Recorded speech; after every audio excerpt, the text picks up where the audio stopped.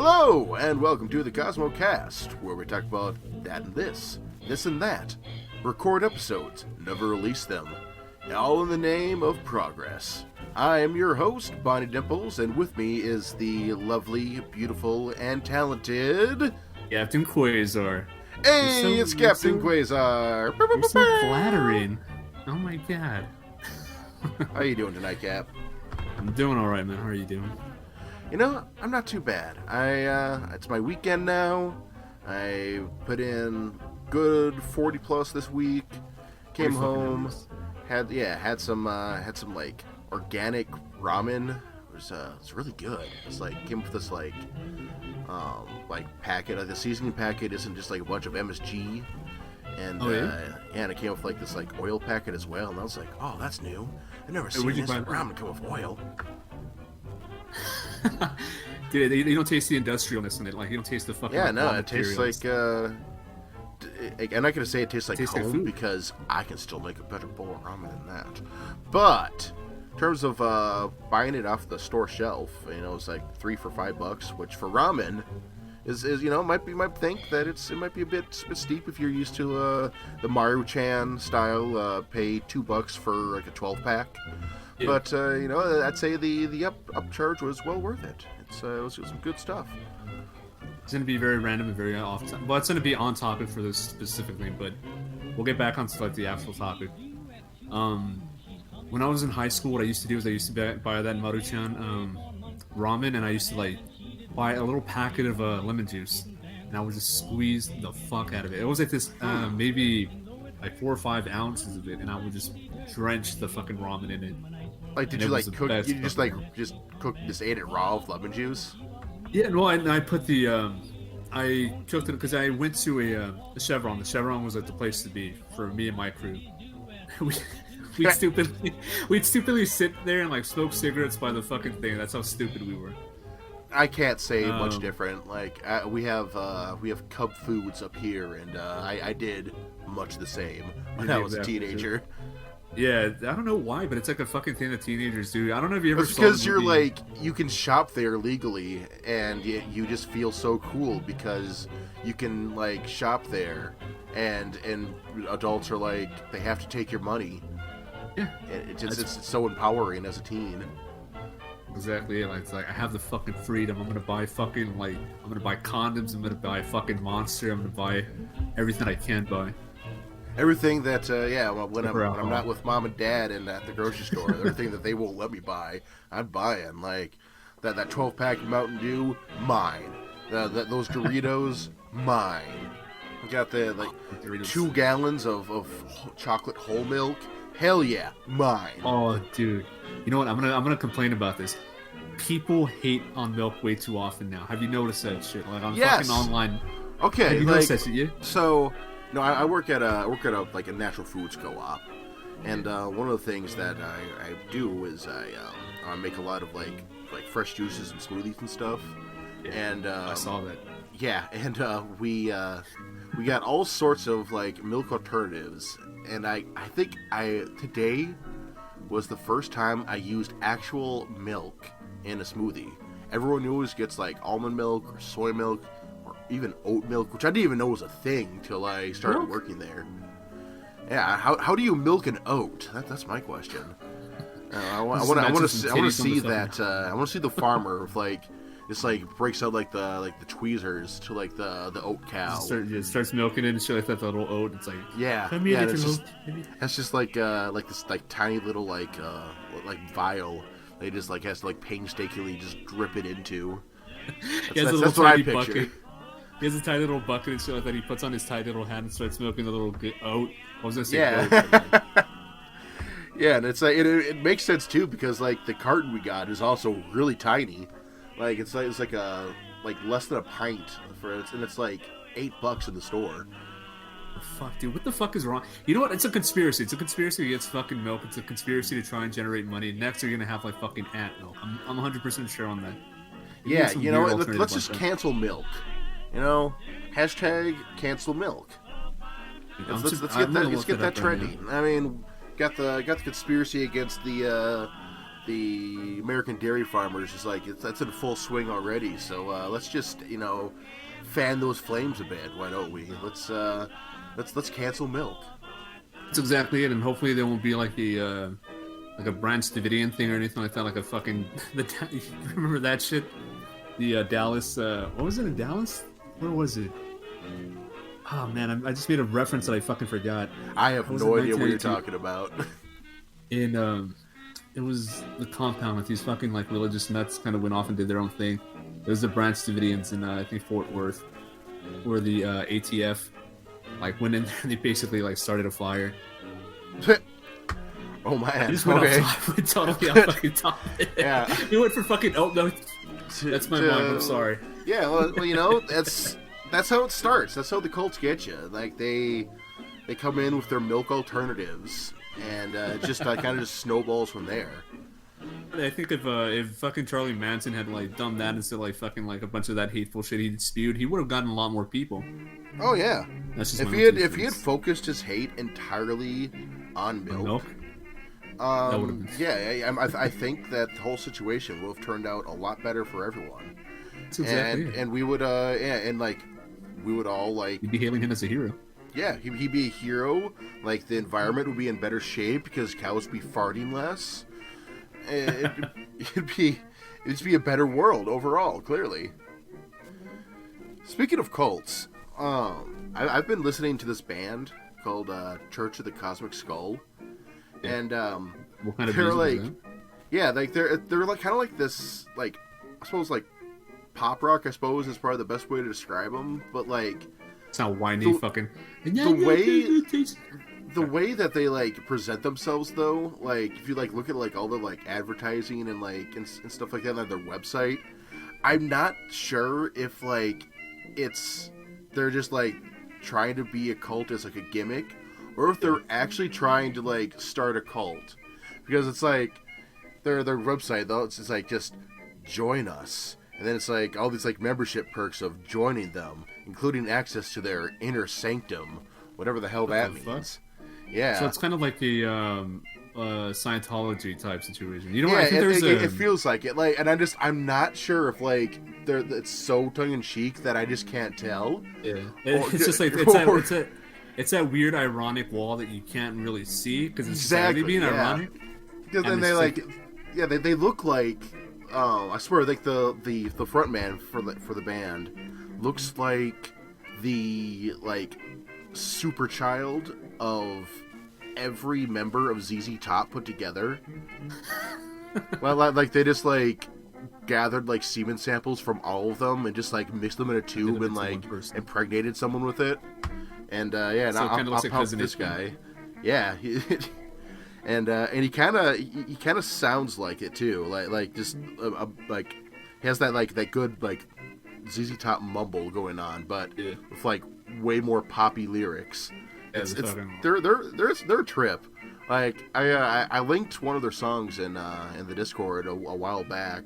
I'm sure it's still there. You should check it out. Like, or do as you do and like listen to the first like 10 seconds of it. Listen to the first 10 seconds, go to the last 10 seconds. I'll be like, yeah, that was for me, or that wasn't for me. I'll tell you though, that method I found is really good for creating playlists. Yeah, the shortness of like the because when I make a playlist, I like to make it flow. And it's supposed to all the songs blend together like a rainbow of music.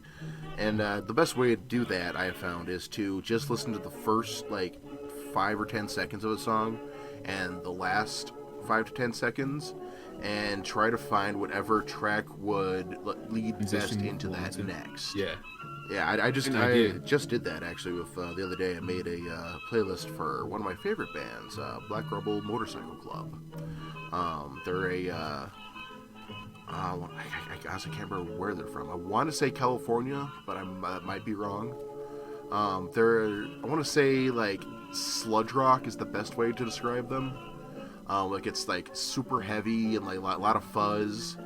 And I get you. It's like kind of this kind of industrial thing, but it's kind of more or less like kind of its own thing.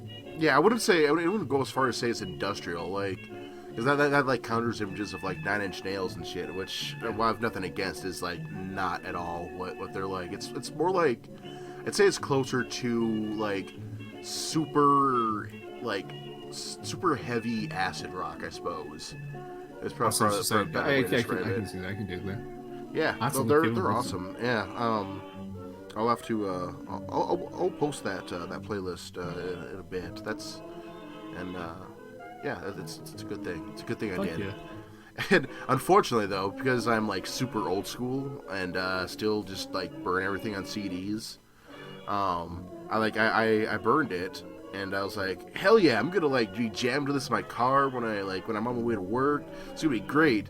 And I put it in, and then like my car just like ate it. Like, what the fuck? Yeah, like it just like I put it in. It said like error, no CD, and then wouldn't eject it. So it's just stuck in there now, and I don't know how to get it out. Yeah, you're gonna have to like actually prop out the radio and shit. Yeah, which I'm honestly considering just like spending $40 on a new receiver that has like more features than what my basic bitch like 2004 Mountaineer stereo system has. Because like there's like there's some you can get like an okay receiver, but it has like Bluetooth support, or even like I don't even have auxiliary support on mine. It's just a CD player and a radio. CD player. I wish it had a cassette player, honestly, so I could like get one of those converters that have like the auxiliary port in it. You could just like hijack cassette tape. Yeah, those are cool. I have one of them. It's just currently unused because I don't have anything to use it in, except for my Walkman, which has also just been sitting there for years. Very heavily coated in dust. Because I know that like a lot of times like people are like always making the assumption that if you like this shit, you're a hipster. There's nothing. I think that whatever it is you like, you should take pride in it, and there should not be such a thing as a guilty pleasure. As long as it doesn't hurt anyone, like whatever you like.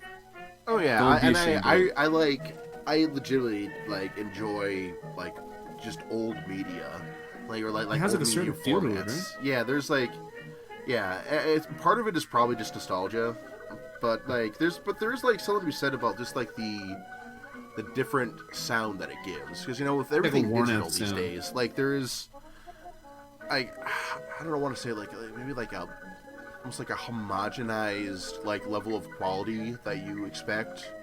Like it's a little bit too clean when everything's like in MP3 format at least. Yeah. I don't get me wrong, I love MP3s. I've been downloading MP3s since I was like on Napster when I was like 12 years old, and like searching for like Weird Al songs and getting everything that Weird Al ever did, plus a bunch of stuff that he never did, but it still said that it was by Weird Al. You get like Richard Cheese, and then it's like fucking For the longest time, I thought that Richard Cheese's Mos Eisley Cantina song, like his parody of Lola, was or of not Lola, but of Copacabana. Of Copacabana, was by Weird Al, and it was only until like this past couple years that I actually like discovered Richard Cheese and like his whole discography, which is great, by the way. I really like his stuff, but it's not as bad as I have a friend. Well, he's in the Discord. Dan. He actually never knew that it was that the name was a play on words for Dick Cheese. I just told him one time. He's like, "What the fuck?" It's like, yeah, it was pretty obvious, but I knew that like straight away because I have a friend named Richard who introduced Richard Cheese to me. And he's like, "Hey, yo, this is my Dick Cheese." Oh, fuck it. I was just gonna say, just back to like old media formats. There's like with cassettes, there's like this like it's kind of just like fuzz to it. Yeah, it's like not perfect. Yeah, like it's a bit like warbly, Yeah. I suppose might be the best way to describe it. I'm not sure if Yeah, that no. how I know, that is. I know exactly what you're talking about because I have the same feel for old VHS tapes because I sometimes, Yeah, if you watch a whole movie, you get like that weird feeling that like the audio is kind of a little bit fucked up or a yeah, bit warped. yeah, and I still have a good collection of VHS tapes as well. Last time I watched David Lynch's Dune, actually, Oh was shit! on VHS. Did that one come in two or just one? It's just well, I have the theatrical cut, which is just one tape. I think the director's cut is probably like 2 or 3. But I also really I love to shit on the theatrical cut of that movie because it's just really bad. It's like I've never seen it.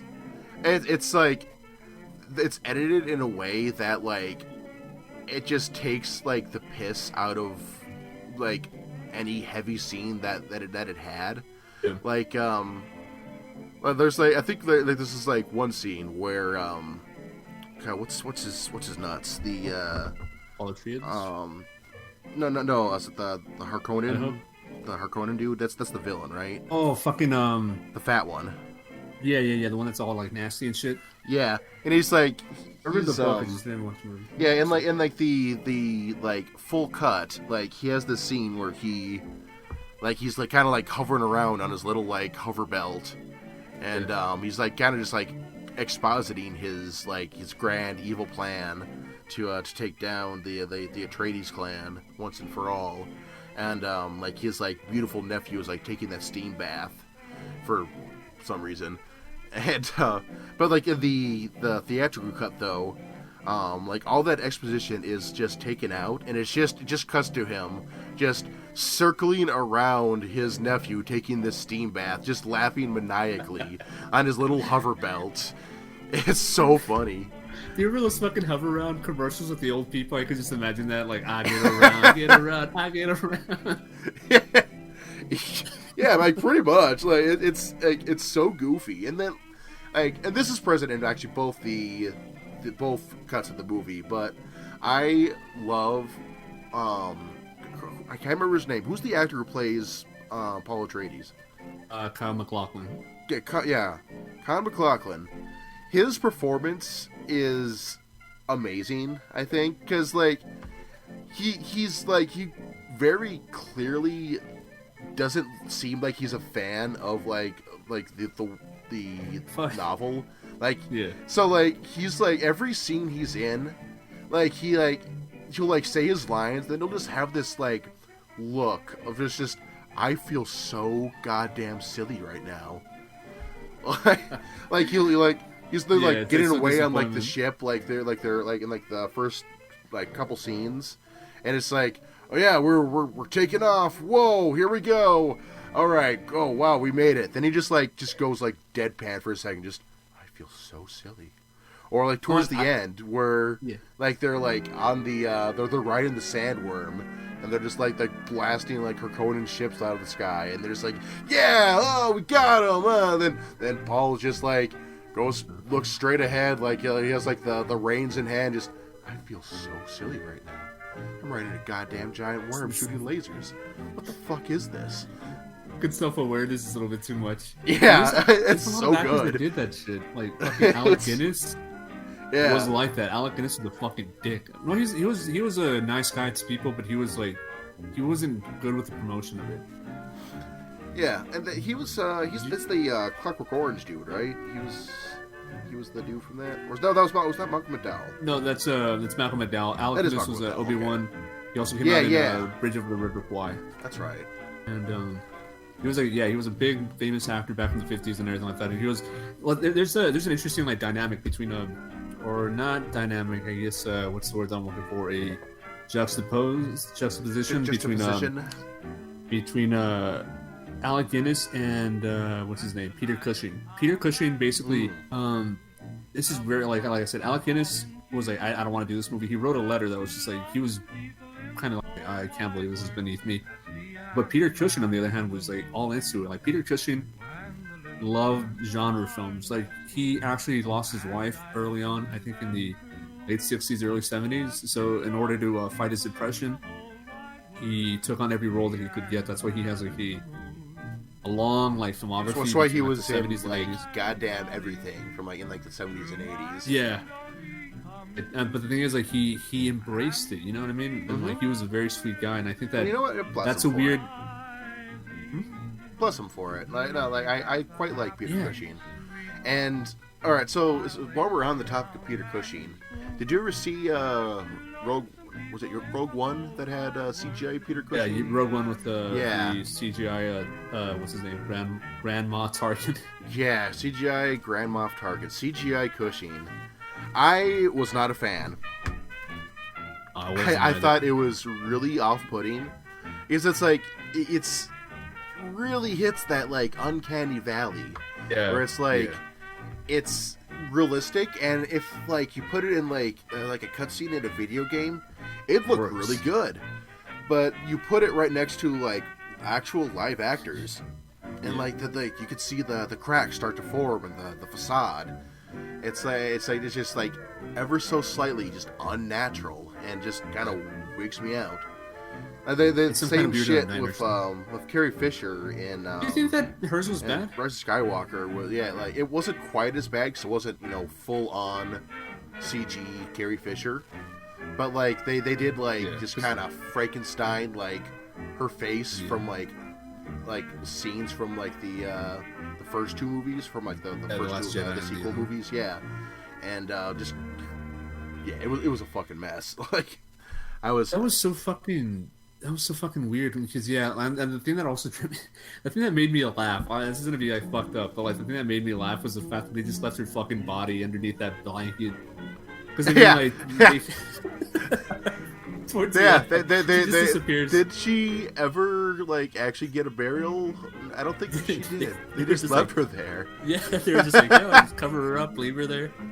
Yeah, and like, man, they had a golden opportunity to actually kill off Leia in Last Jedi, that they were just too chicken shit to actually go for, and then so they she gets blasted out into space and somehow forces her way back with the Force, and I still think that is the hokiest scene in that whole movie. And like I know that production had wrapped up on it, but there was still like a good couple months before it released that the like when and Carrie Fisher like passed away, that where they could have like reworked that, especially because I think that like there's many missed opportunities with the sequel trilogy, but Admiral Holdo like could have actually like been a really good character. And they just kind of wrote her like as a very well written character, and like she had a lot of potential, and like I quite liked her, and instead she just does a suicide maneuver and gets an honorable shout out in the sequel, like where she could have like very easily like been like the successor for Leia. It would have been a natural choice for it as like the commander of the rebellion. Yeah. Especially when they're like trying to focus. You know what? You made a very good point in the fact that like I don't know that whole retconning in the last movie, like the Holdo maneuver, we can't do that. It's like, why can't you do that? You remember that shit where they're I don't know what the fuck they're questioning, but they're but why can't you ram it? Yeah, they didn't even justify it. It was like, what's that? This is already a suicide mission. Why don't you just ram it? Dude, it was so fucking that movie. The more I'm removed from it, I'm just like I don't even think about it that often. I'm just like the more I think about it, just like the more I realized how little I care for it. I just dislike it more and more the more I think about it. Like when I first saw it, I was like, it's okay, I guess. Like it's not quite what I wanted, but it gave me the big space battles and like lightsaber duels and stuff, and I suppose like some big plot threads got resolved, even if they were resolved not too great. But like now that a couple months have passed, I'm just like, you know what? No, fuck Rise of Skywalker. I think it's like it just took the like all the potential that the sequel trilogy had. He just kind of threw it out the window in favor of doing Return of the Jedi, but bigger. That's pretty much that, because I mean, like in Return of the Jedi, it's like Luke trying to like get his way. Like, yeah, he's gonna join the dark side, is he not? And that's exactly what fucking what's her name is going through, Rey. Yeah. And apparently in the original screenplay or whatever the fuck by Colin, I think Trevorrow, I don't know how to say his name. But apparently Kylo Ren wasn't supposed to like turn back into like Ben. Yeah, well, it's like in Last Jedi, like that movie has its flaws, sure, but they're like it set up a lot of like really interesting potential for Rise of Skywalker, where it's like you at the end of it you had, you know, the Emperor figure is been killed in the second film, and the Darth Vader figure is now the Emperor. And yeah, and that would have been a really cool angle to play with. As like, just like let's not mince words. Like, Kylo Ren is still responsible for like massacring thousands, if not hundreds of thousands of people. Like, yeah, I don't think that like a little like hug it out with Dad, with Ghost Dad. Sorry, with Ghost Dad is gonna like redeem him back to the light side. I don't think it works quite like that. And you could say the same thing about Anakin too. Like, and in Return of the Jedi, that no, he really shouldn't have been fully redeemed there by like, oh, the last second he's like, oh, it's right, I have a son. I should probably do something about this, and like deal with the Emperor, because he's still like a genocidal monster who like slaughtered women and children, and like, you know, killed the Jedi Order effectively. Sorry, yeah, go for it. I just laughed because you remember in the what was it, Attack of the Clones, where him and Padme are like, they go back to Tatooine.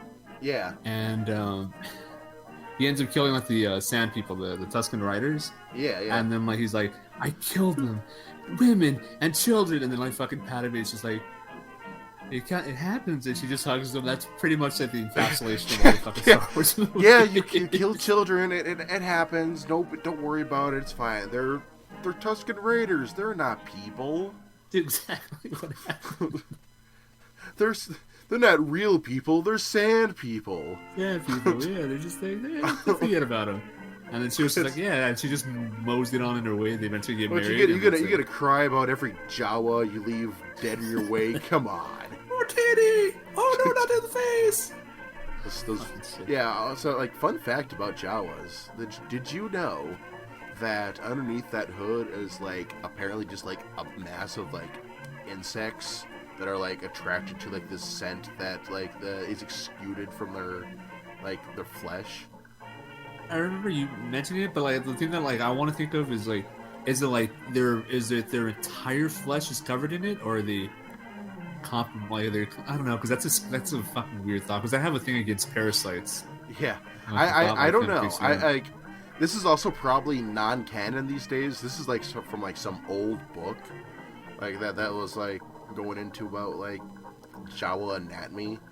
So I don't know how official it is, but yeah, I do remember reading at one point, like, oh yeah, Jawas are just like covered with bugs, and that's just how they do things. Isn't that a scary thought? Yeah, it's horrifying. I've played a D&D character like that actually. He was a vermin mancer or something like that, or something to that effect, where he just had a bunch of just like bugs like living inside of him that would do stuff. Like his actual like health wise was really bad, because, you know, he had a bunch of bugs living in him, but he could also just vomit spiders and like have them attack people, which was pretty rad. Or like make like centipede whips and stuff, and just like fling them at people. It was a good time. Try it, dude. I gotta try a fucking D&D campaign one day. You should. And I'm working on one right now. I'm building one, specifically built for Discord. It's Yeah, gonna dude. be, You want to fucking invite me for that it's shit? I'll do it it's because a dual. It's a hybrid of a play-by-post kind of deal and a like actual like live play kind of deal. Where like on I think it's Sundays, at an indeterminate time, we'll have like mission sessions. That's where we'll do like dungeoneering and like travel and stuff. And I do like an actual play session. Then like the rest of the time, for like developing items or like running shops or like talking to like NPCs and stuff and developing rapport with the world. You can just like post what you want to do, and I'll just kind of respond to however that situation needs to be responded to. And my goal of doing it this way is to keep the mission sessions focused. Because like I've played a lot of D&D in my life. They meander a lot, right?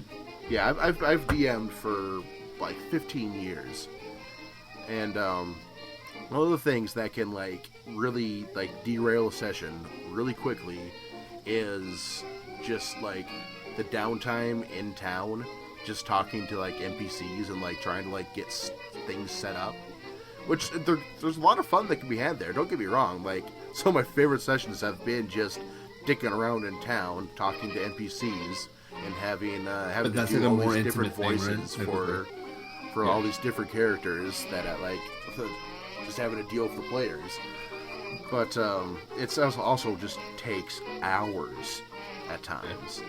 That's more like for like an intimate session with like when you're hanging out with people in person. You just kind of like want to have drinks and like.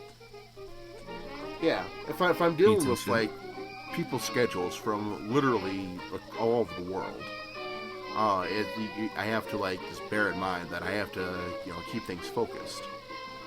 And it should be cool though. Like it's so.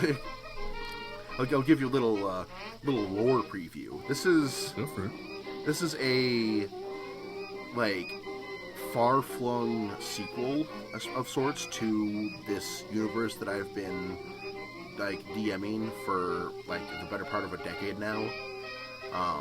It's not solely created by me. Like this whole cosmology is like it started by a good friend of mine, and we like I played in that for a good long while before I started DMing in that same setting, and we eventually got to the point where we just got too powerful.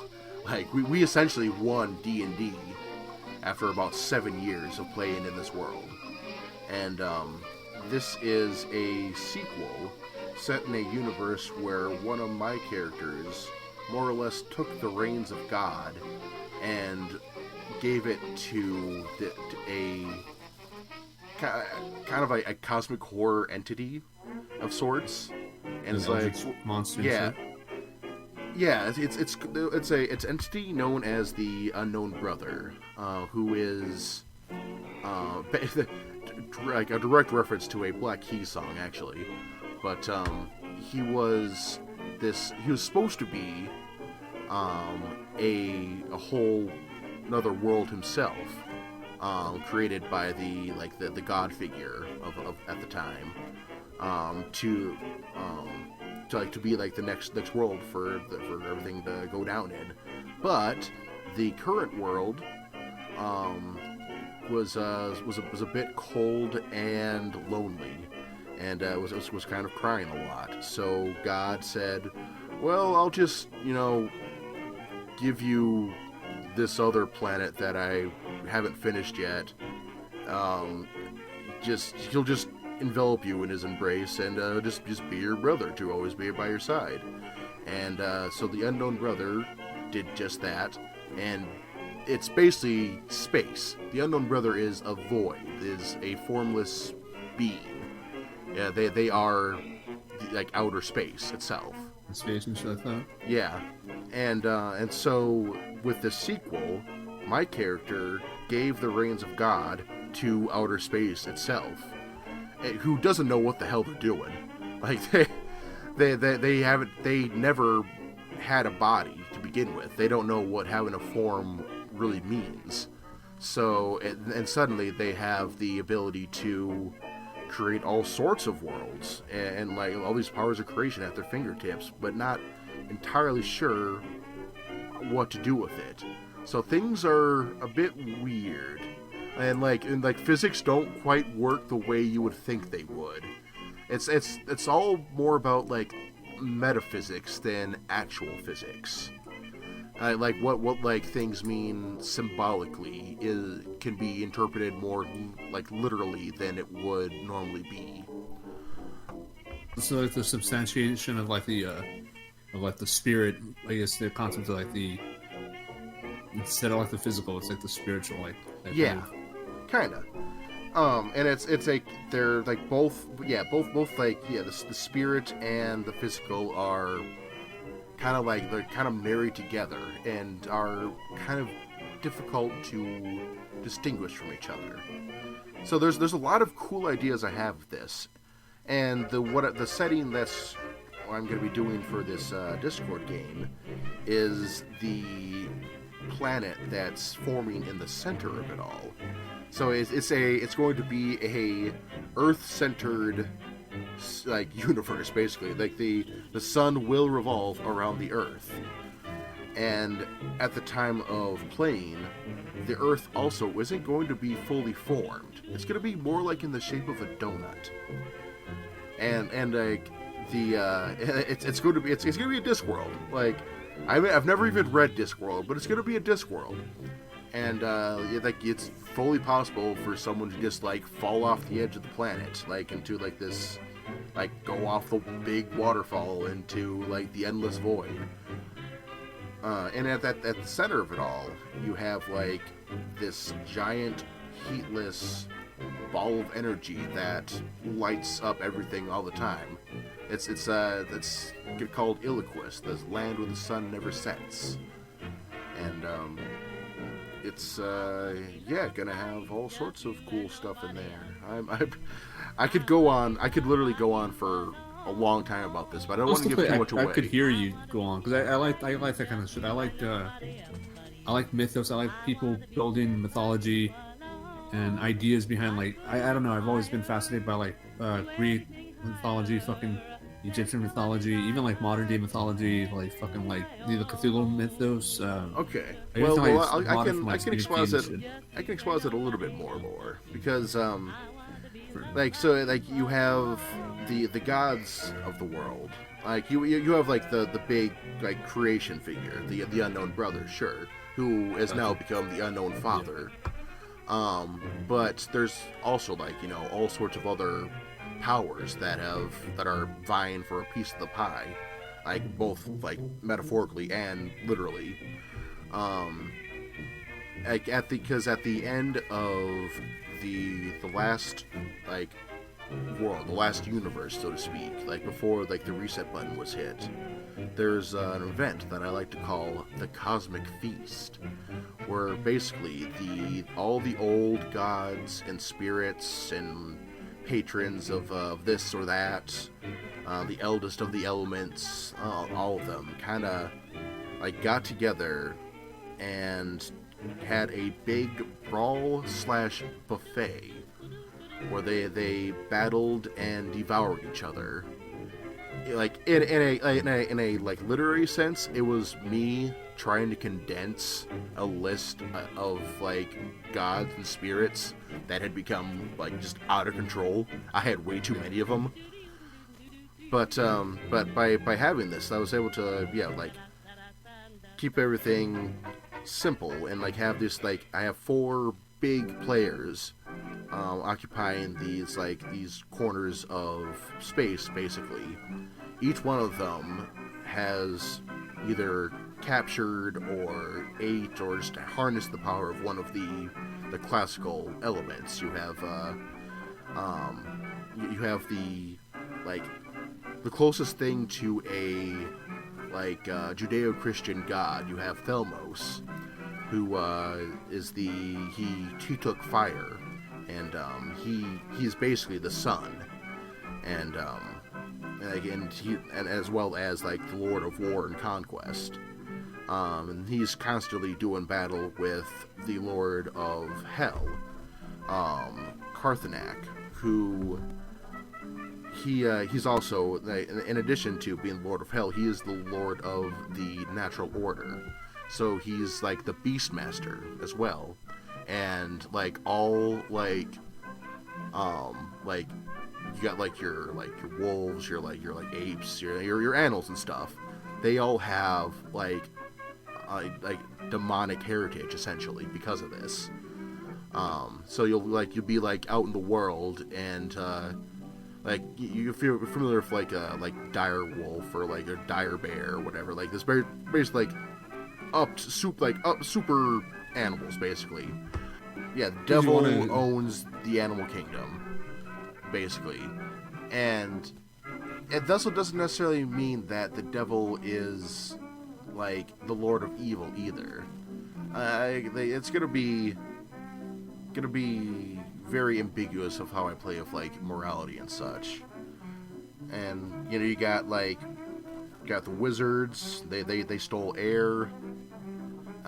You got the like the weird bug people. They control water and technology. The Temple of Syrinx, which is also named after a song. Let's say it's a Rush song. And yeah, it's just I've been working on this for a while now, and you've obviously been putting in a lot of thought. Like this is not like something that you just suddenly came up with. This is something that you've been working through for years. And like in this so I've been planning like a sci-fi romp for like the space things going on, and it was only until this past couple weeks that I was talking with a friend of mine about running this in her Discord, and where I started getting serious about like, all right, well, I need to like bring it back down for people who haven't played a whole lot of D&D or tabletop games. Like, for example, like with her, like she's never played D&D, and the request specifically was, I want the OG experience. I want classic D&D. And well, my immediate thought was to like, oh, you want me to play first edition? Because we could play first edition. You're not gonna like first edition. But I was like, nah, we'll do it in like 5th edition. We'll keep it up to date. And not only that, it's super easy to like for a new player to get into the latest edition of D&D. Like they've streamlined it to a point where it's pretty easy to pick up and play, especially if you have a DM who knows what they're doing. Which I hope I do. I would hope after 15 years. Being modest, just say I'm the fucking best. I'm not though. I do know better DMs than me. I am notorious for like just winging things. Like I will like start a session, have literally nothing planned, and just kind of like think of stuff on the fly that can happen, and just like see how the players react, and they'll be like, oh, if this is the Horn of Carnabog, oh, that must mean that that Stinky Steve, he must have stolen it from the museum. And I'm just sitting there like, yeah, totally. Go you figured it out. Go get Stinky Steve, man. Fuck him.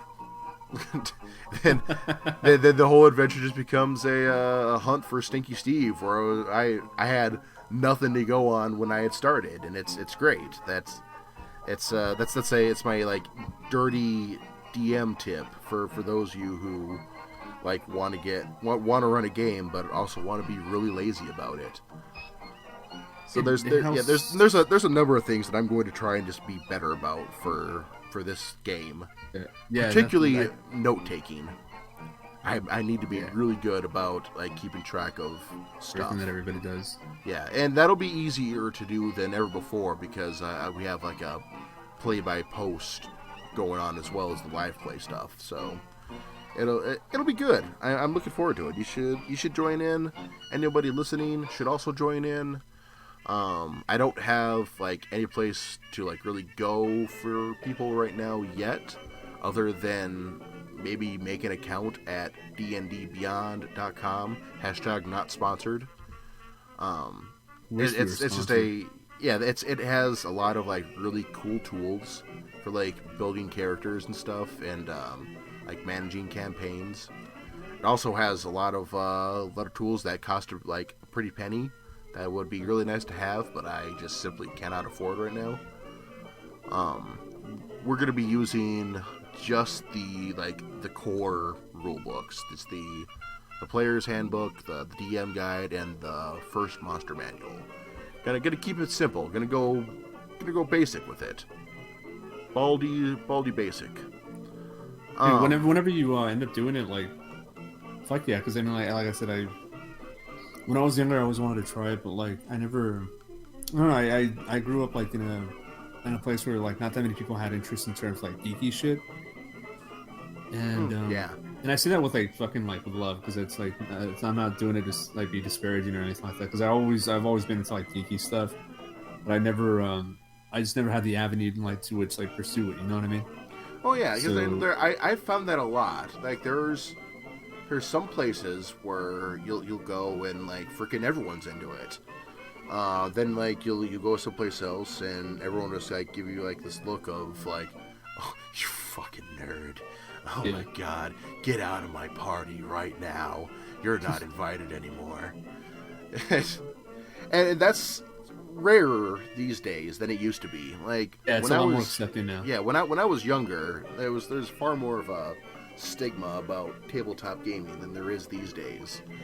And even with video games. Yeah, I think video games are a big reason for that. Like when RPGs went mainstream, like you had games like Oblivion and like Skyrim and stuff, or Dragon Age, like these, or even Mass Effect, like for like the sci-fi side of things, like all these things that were considered, you know, even by like gamer standards, be pretty freaking geeky, were suddenly acceptable to the mainstream populace, and that was cool for me.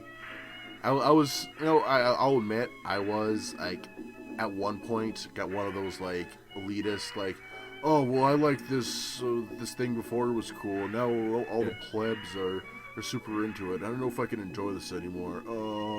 I think all of us have that kind of thing, because I mean, like, I sometimes feel the same way with a lot of sci-fi stuff. Because like I love, like, sci-fi thing might be my go-to genre, so I love a lot of fucking sci-fi shit, and like I love movies, books, and video games in that regard. And like now it's a lot more accepted to like that kind of shit. And it sometimes it comes from the bitterness of sometimes, like, because when we were growing up, we didn't have that level of acceptance, so sometimes it's just like, are they really truly, like, we question it, like, are they really truly, or, you know what I mean? It's just something like, it's like, but realistically, it's like, there should not be any gatekeeping. It should be like, the more people that are into it, the fucking better.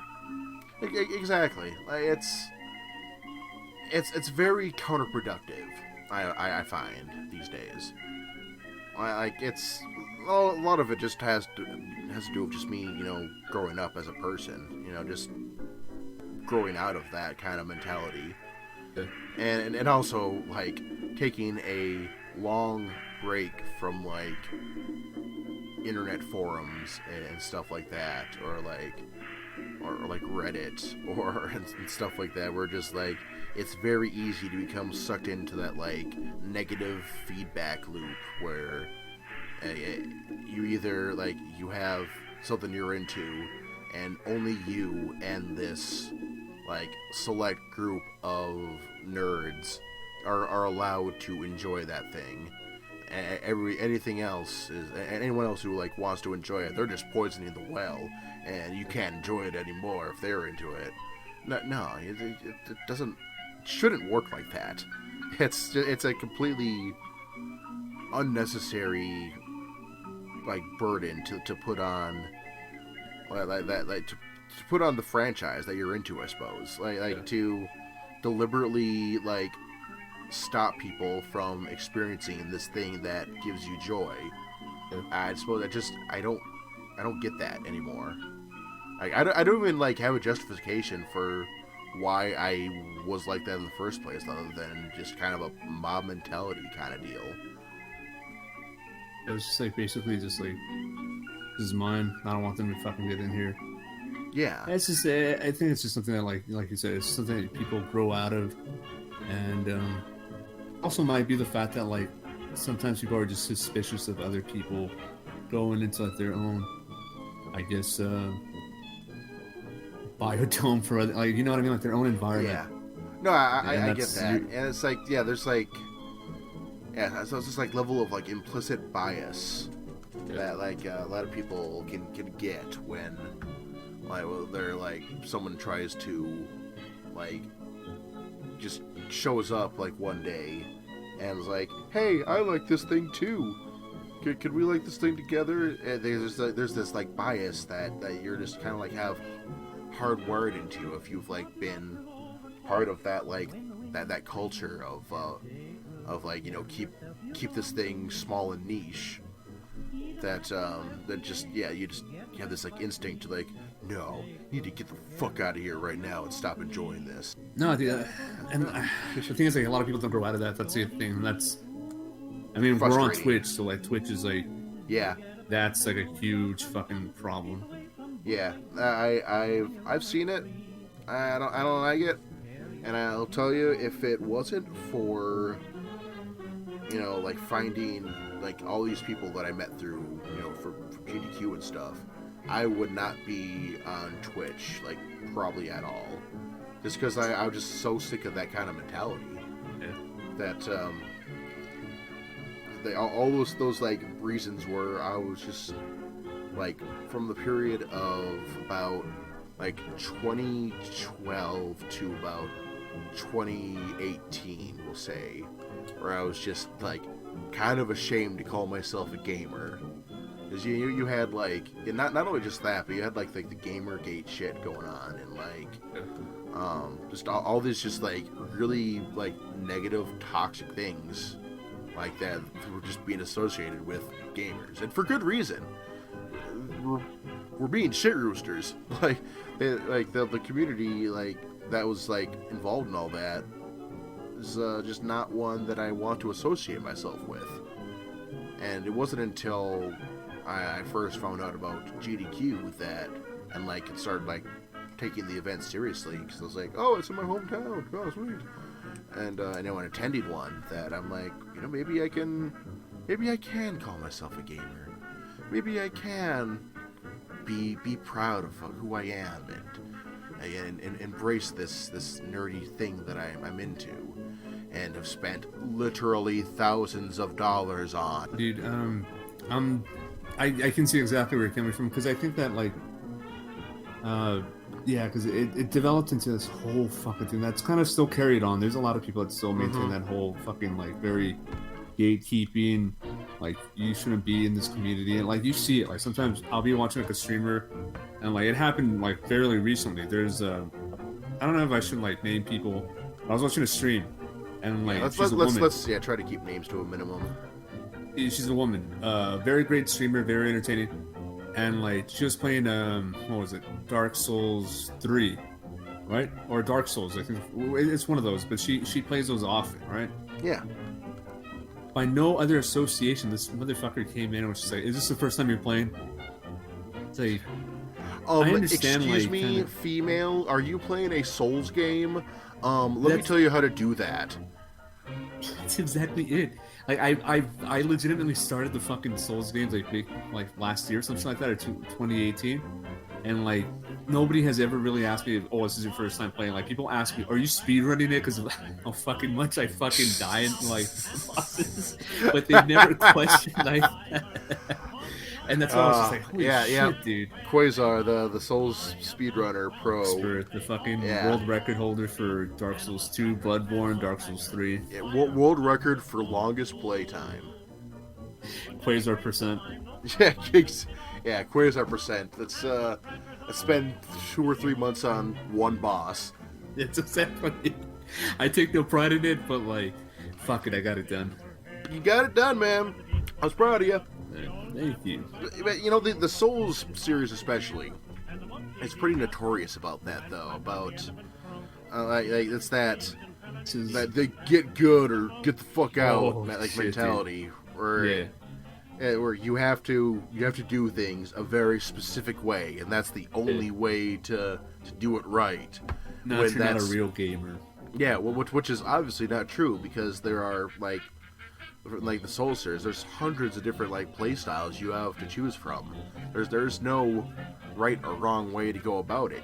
Some ways will get you killed a lot more, but you can get through it. Like, I've seen people, like, you know, do the like naked bare hands runs. It's possible, and people shouldn't like be shitting on you for playing a hard game. Like, exactly. They're like, Soul series it's tough for a reason. It's, you know, it's designed to be that way.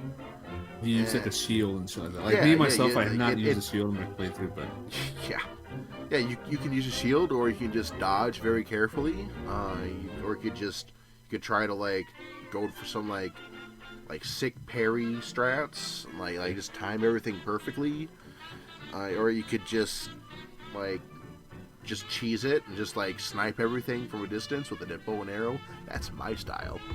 But you weren't around when I was playing Bloodborne, but like I never got the parrying mechanic down for Bloodborne. So Gehrman was a real fucking bitch for me. Yeah, Gehrman is fucking easy when you parry him. So I'm also not very great at parrying in Bloodborne. How I managed to deal with Gehrman was more had to do with using the old hunter's bone, which lets you like quick step like way faster.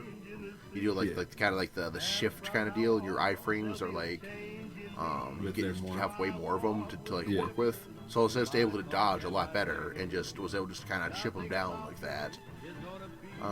So you don't need to like be a parry master to beat that game. The game has the tools available for you. You just need to find them and figure out how to use them, because the game just likes to be obtuse. All of the games like to be obtuse. It's just so Miyazaki likes to do it. And obviously that's a formula that works, because it's, you know, gone on to become a like multi-billion-dollar like making series. So, dude, that's another one. Like, I'll change the topic a little bit. The mythos behind the Souls games, I really dig it. Yes. Yeah, I've been on many like Souls like lore YouTube channel, and so I'm like trying to like find like videos of like, oh, like what's the lore say about this guy, or what's all this mean put together, and a lot of it is like comes down to just idle speculation for a lot of it, because like a lot of it is just like kind of open to interpretation. There are some things that are pretty much like facts, as much as like facts can be applied to the Souls games, like the shit that the items that you find sometimes that'll fucking say something, or like that's how most of the lore is exposited, is through item descriptions, and I quite like that. It's like these like little like vague snippets of history that you kind of just gotta like piece together to like try to form a narrative. And that's cool. It's a method of storytelling. It's more it's show don't tell kind of deal. Yeah, it's like you're immersing yourself in the world by actually being a participant in it. Because like if you get thrown into this world right here, and you have no fucking reference point for anything, chances are all you're gonna do is be picking up like tidbits of information, like that. And for a Like, lot here of and people, there. that's their Souls experience. Like they don't bother reading the item descriptions and Never did that. the actual context of like the world they're in is lost on them. But the game is designed in a way where that doesn't really matter at the end of the day. Like the lore is super deep. It's there if you want to look for it. There's a lot of discussions to be had about it, but it is in by no means necessary. I think that is one of the biggest reasons why the game is as successful as it was. Like, I think if the lore was shoved down your throat, the game would have been received far less kindly than for example, have you played Lords of the Fallen? I can't say that I have. That's best described as clunky Souls. Like it's or like the Warhammer 40k Marine Souls. Like you're like this like big dude with big ridiculous armor. Like like you pretty much have to use a shield and like be bulky to survive because rolling just sucks. And it's slow. Everything is slow. Like even like the fast weapons are slow. You might as well just swing around a big wank sword because that's just how to be effective. And like the story is all told through, you know, like just traditional cutscenes and like audio books that are somehow a thing in this medieval fantasy game. It's okay. Like it's very mediocre. And I think it's a fascinating look though of like how not to do a Souls game. Yeah. It's like it serves as it's a good counterpoint to like for like designers who want to make like Souls inspired games to like you look at Lords of the Fallen. Let's not do that. Because there's been quite a number of like Souls inspired games that have come out recently that are quite good. There's Salt and Sanctuary. Are you a fan of Neo? Neo? Yeah, Neo's good. It was Sekiro before Sekiro, and is far more of like Samurai Souls than Sekiro actually is, if you ask me. Sekiro's like kind of a rhythm, like it's more of its own thing. Like it has like Souls DNA in it, but it's not trying to be a Souls game necessarily. Where Neo is very blatantly trying to be a Souls game with a like samurai setting, and it's cool. Like Neo it's very competently done. I thought I never beat it. I played a few hours of it and put it down to play something else and never came back to it. I should. I don't have anything. There's nothing really wrong with it. I just kind of stopped, like a lot of games. The thing that I'm wondering about is like how is it going to work with George R. R. Martin with is it Elden Ring. Elden Ring. Yeah, you know, I don't know. He's really good. He's really good with like building world building and everything like that. But I don't know if it's going to be like a narrative-driven game or if it's going to be like he's just going to build like the mythos behind it. And from my understanding, yeah, he's kind of like been building the world for it, but I don't know how that's going to be exposited. And I don't know, like I just don't know anything about it really. There hasn't been. I don't think anybody does it. Yeah, we have there's like a teaser trailer, and that's about it. Yeah, that's gonna come out. God knows when. It's something George R. R. Martin's also working on, so God knows when it's actually going to come out. He might just die before it comes out. Like that's what I'm expecting of Game of Thrones, like Song of Ice and Fire. Like it's 1996. I think he's like straight up said that. Shit, man, I got writer's block. I don't know. Like, he put himself in a corner with that because I think the idea behind the Song of Fire and Ice was great, but the fact is like he made like a lot of character POVs that really didn't matter in the end. That's what I liked about the show. The show kind of trimmed the fat and got rid of a lot of characters that at the end weren't going to matter.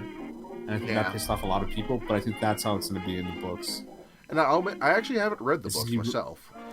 I don't know. They're kind of they're cool. They're very detailed. There's a lot of fucking like little. Yeah, I own the first book. I've yet to actually pick it up and give it a read.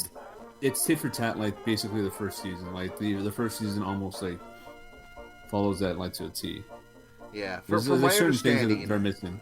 Yeah, it's kind of a long slope that just kind of goes downwards when it comes to like how accurate the show was to the books. Like first season is like spot on. Then it just kind of slowly goes downhill from there until you just kind of fall off a cliff by the end.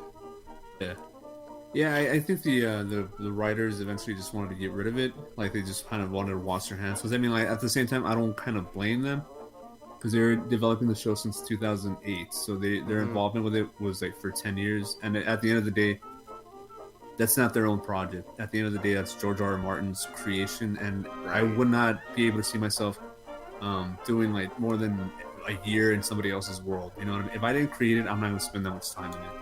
And imagine spending 10 years of your life on it. To, like, in defense of season 8, or I think, is it season 8? Is that the last season? The final season. Yeah, whatever the final season was. I didn't hate it. I didn't hate it like a lot of people did. There's things I didn't really like about it. I think that I suppose spoilers for Game of Thrones.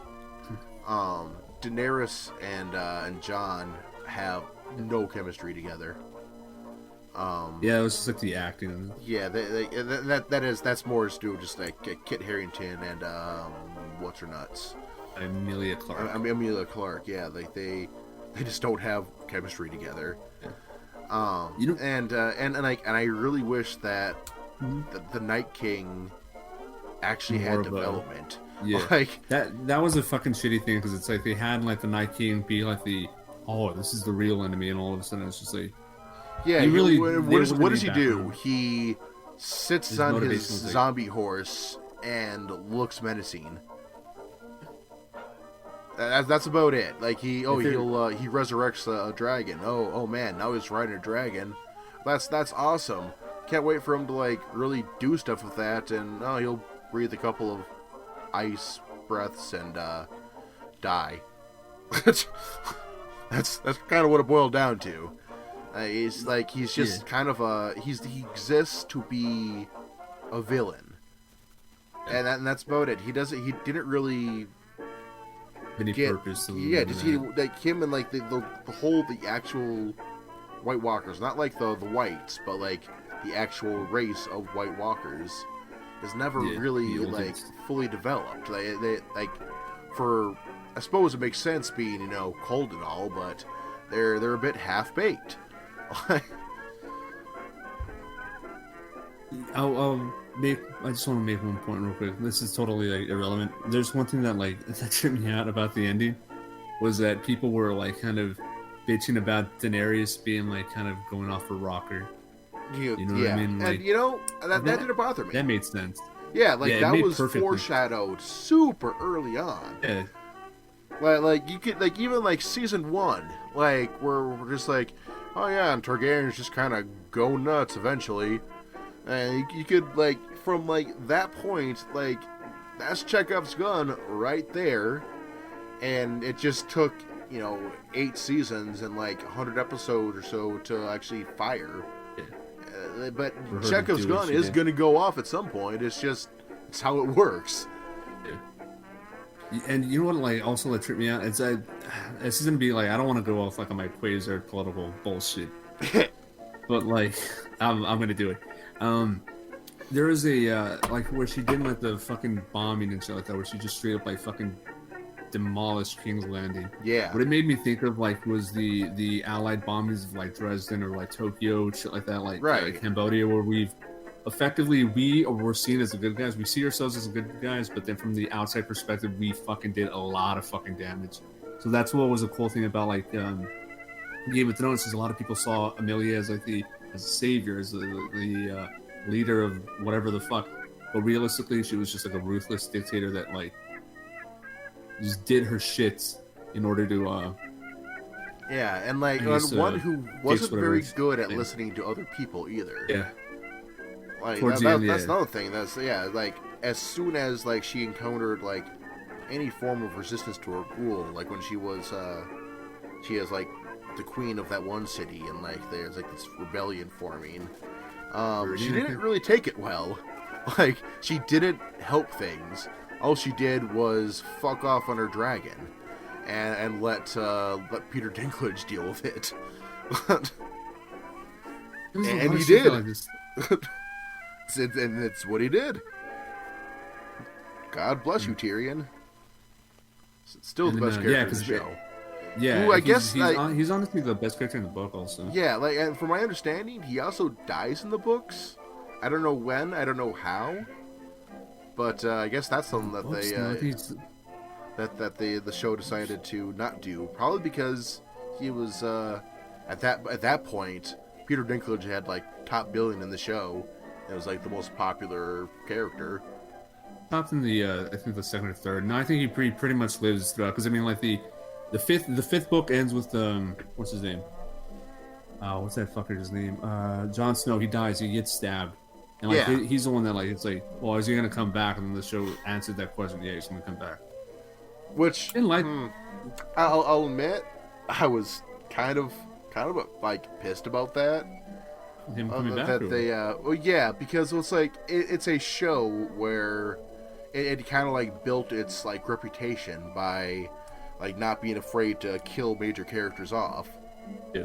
And I was like, like the end of like season 5 or whatever, or maybe it was 6, I don't remember, but like Jon Snow like gets like stabbed by everyone and like just dies on the ground there, and I'm like, oh shit, all right, well I guess another Stark son is dead. I guess it's all gonna be up to Bran now.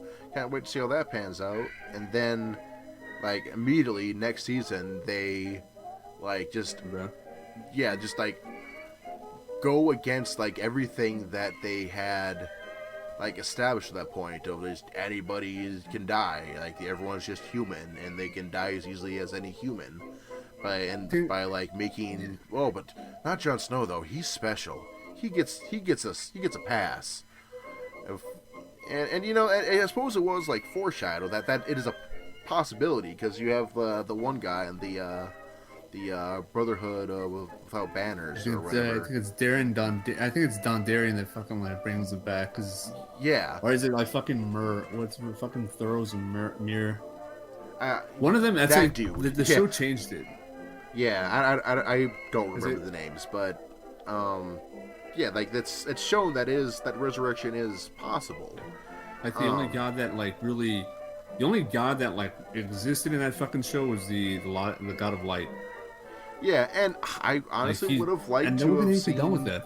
Yeah, more developed of like that religion, like to like see like how like their temples work just the and god stuff. itself. You get for the most part it's like you experience that faith through Melisandre, which that's I don't think that's quite fair, I suppose, because it's like implied that like pretty much the entire like the Eastern continent is they're pretty much all about that. There's like the huge like temples to like the god of light there, and that's like you see like one scene of it, and that's about it. The thing, I don't know why the fuck they didn't explore that, because I mean they show the fucking like the I guess I don't know whether it was like the god of light or whether it was some kind of demon. You remember the one that killed Renly? Because I think it was, I forgot who the fuck like. I think the shadow clone of Stannis. Yeah, Stannis invoked. Yeah, that was cool. Like that was really fucking cool. I wanted to see like more stuff like that, and I did appreciate that like magic was kept like more subtle. Like it's like in like when it does happen, it is a big deal. It's considered not a easy feat. Early on, you had was it the Tower of the Undying with the blue lip dude and his many clones, and that's it's season 2, I want to say, when Daenerys goes to the rich merchant city, and her dragons get captured, then she gets captured, and then that's the first time she sets people on fire with dragon breath. But I wanted to know more about that wizard dude. I wanted to know this Tower of the Undying, what's their deal? They like drugs, I guess, because their lips are blue, and it's kind of like the spice from Dune, I guess. But I want to know more about them. I don't know, that show fucking had a lot of potential. I mean, they're obviously gonna do a little bit more with it, but at the same time, sure, I don't know, it's a huge franchise still, and there's a lot of work that can be done with it. I suppose getting back to the whole point we're on, I'm not confident that George R. R. Martin will finish the main story by the time he just keels over, because he's getting up there. Is he late 70s, early 80s now? Oh, he's from 1940. He's actually a little bit younger than Stephen King. He's from 1948, so he's 71. It's just the fact that he's going to be 72 this year. Okay, he's heavy set. I thought he was. Yeah, but the thing is, he seems as if he's unhealthy. I'm not saying that to put an image out there, because I hope he lives a very long time. But I think he just also has his face is super pale, and he has super white hair. He does. A lot of people kind of just look like Santa. Older. Yeah, he looks a lot older than he is, and I think that's why a lot of people associate it with him. Because there's a lot of authors that are a little bit older than him. Stephen King. Stephen King was a year older than him, and Stephen kind of still relatively looks kind of spry. So. Yeah. I wouldn't be able to tell you that Stephen King is in his 70s now. He has been in his 40s to me, mentally, pretty much my entire life. Kind of close to our 40s. Yeah, we're 10 more years and we're. I don't know. Maybe he just maybe it was all the blow he did in the 80s that just gave him eternal youth or something, or just slowed his aging process down. But yeah, for his age, he looks pretty good. You know who looks really good for their age? James Lipton. How old is he? If we want to guess, get James Lipton's fucking face in your mind. And for those of you that don't know, James Lipton is the behind the actor studio guy.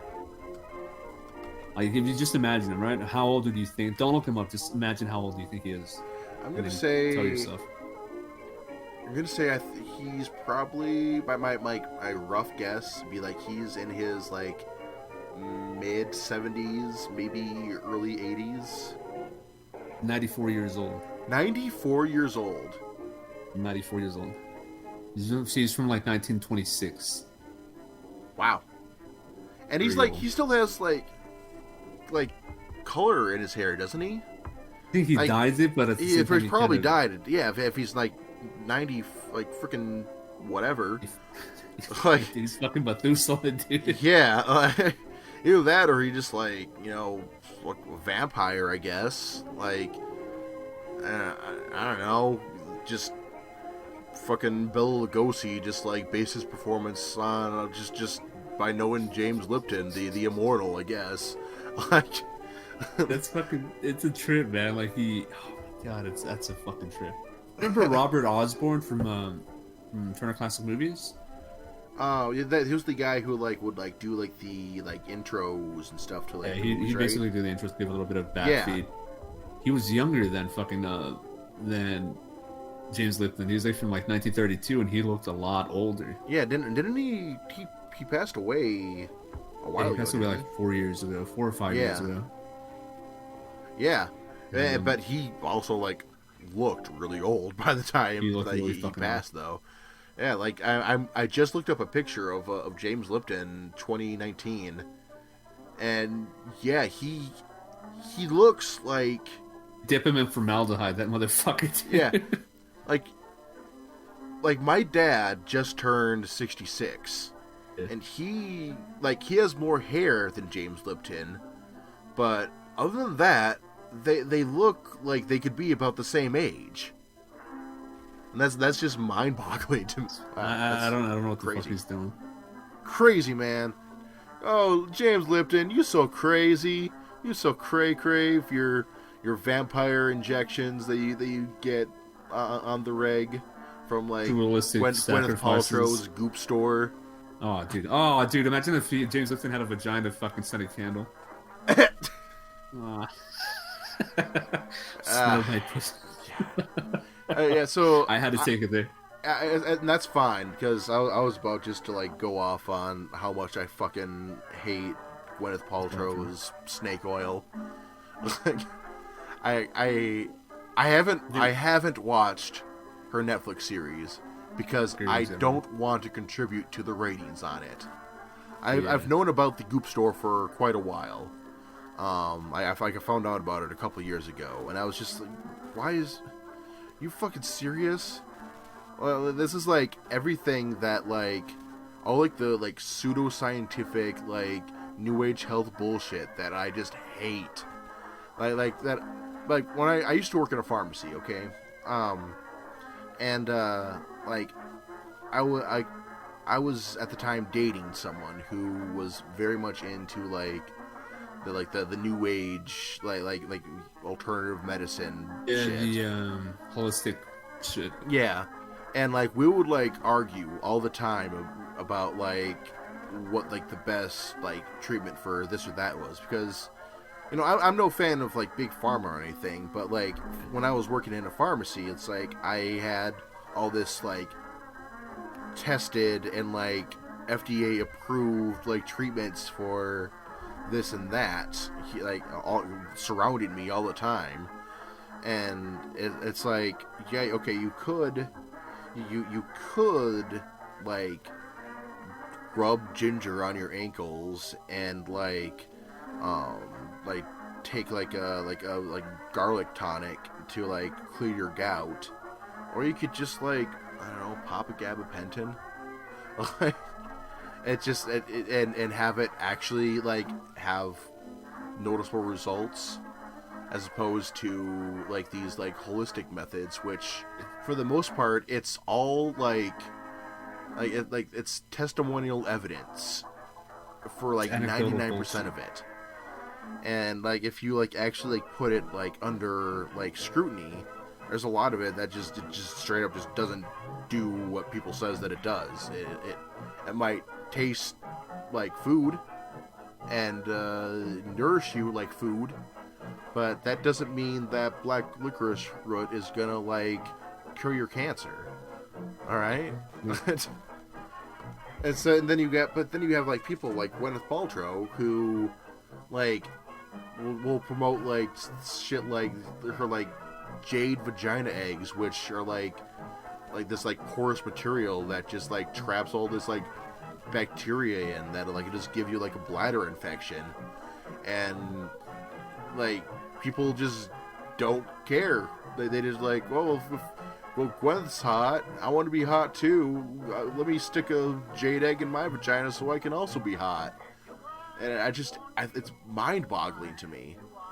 Like, I'm right there with you. I think but like, I'll be honest with you, man. I think that like, right here we should kind of because I'm literally like, this topic I can go off for like another 3 fucking hours, because this idea behind like this uncultured, it's not even uncultured, it's just like, I do understand that there's holistic remedies that do sometimes work, but at the same time I think that there's a fundamental distrust that we have of science that's very harming towards society right now, especially with anti-vaxxers. Yeah. It has a lot to do with even the coronavirus. We have a lot of fucking like talking points with this, and I really want to delve into this. So I think we should save this for another time, because I think we can substantially get like a lot of fucking stuff, and we can get into it like really fucking well. you know, Quasar, I think you might be onto something. Let's do that. Let's save that for next episode, which we will record sometime in the near future. You know, I think this might be a good place to call it, though. We've been on a journey tonight.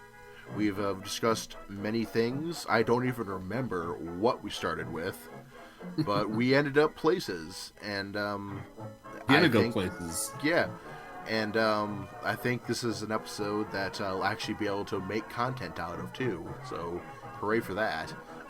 Yeah. Well, I'll actually release this one because it actually, you know, it sounds good, and yeah. Shout outs if you want to where to find you. Shout outs to you, Captain Quasar, at captainquasar.twitch.tv or Twitch TV / Captain Quasar or Captain underscore Quasar. Fuck, man, I'm good at this. I'm good at reading off URLs from the top of my head. Check out Captain Quasar on Twitch. He's a cool dude. He does streams, plays a lot of Souls games.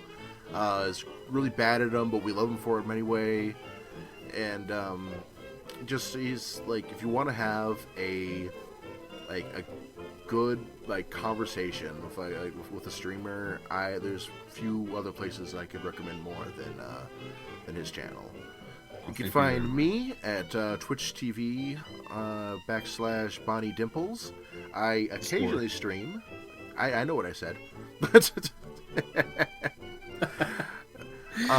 Find me at just fuck it. Google Bonnie Dimples / Twitch or whatever and find me there. We'll find each other. Yeah. I appreciate anyone who's listening for taking the time out of their day to listen to us ramble about stuff.